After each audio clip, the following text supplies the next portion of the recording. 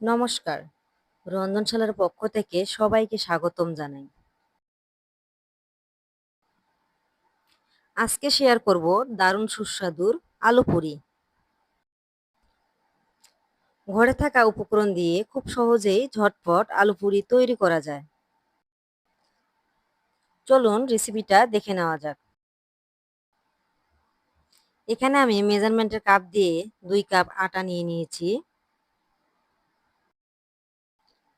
আপনারা চাইলে ময়দাও নিতে পারেন। এখন এর মধ্যে দিয়ে দেব আধা চামচ লবণ,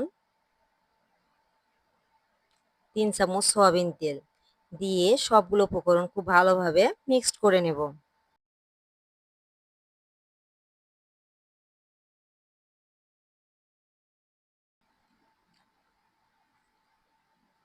আটাগুলো খুব ভালোভাবে মাখানি হয়ে গেলে এখন এর মধ্যে দিয়ে দেব অল্প অল্প করে পানি।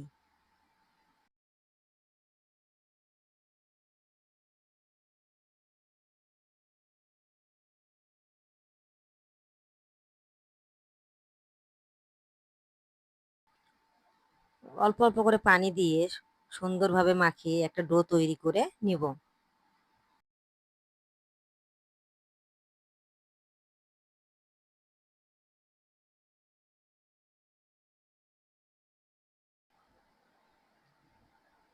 ডোটা হয়ে গেলে কিছুক্ষণের জন্য রেস্টে রেখে দেব। এখন আলুর পুর তৈরি করে নিব। এখানে আমি 2টি আলু সিদ্ধ করে নিয়েছি। ভর্তা করবার জন্য আমরা যেভাবে আলু সিদ্ধ করি ঠিক সেভাবে আলুগুলো সিদ্ধ করতে হবে। আলুগুলো খুব ভালোভাবে মিক্সড করে এর মধ্যে দিয়ে দেব পেঁয়াজ ও রসুন ভাজা, দিয়ে দেব স্বাদ অনুযায়ী লবণ,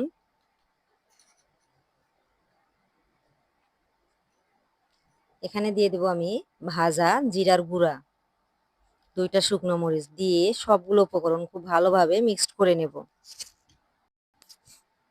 খুবই সাধারণ পুর দিয়ে এবার আলুর পুরি তৈরি করব। এবার মাখিয়ে রাখা আটাগুলো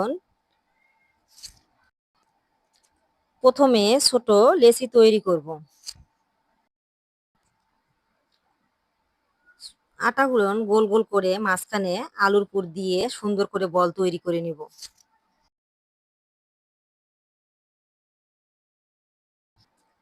এখানে আমি আলুর পুরিগুলো বেলবো না, হাতের সাহায্যে সুন্দর করে গোল গোল করে নিব।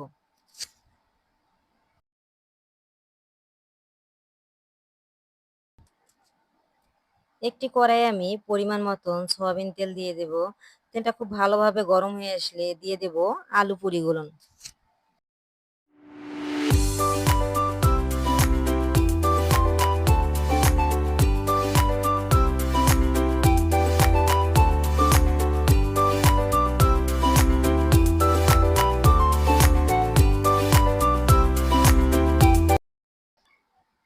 সকালবেলা নাস্তা কিংবা বাচ্চাদের টিফিনে ঝটপট আপনারা এভাবে আলু পুরি তৈরি করতে পারেন। তৈরি হয়ে গেল খুবই মজাদার আলু পুরি।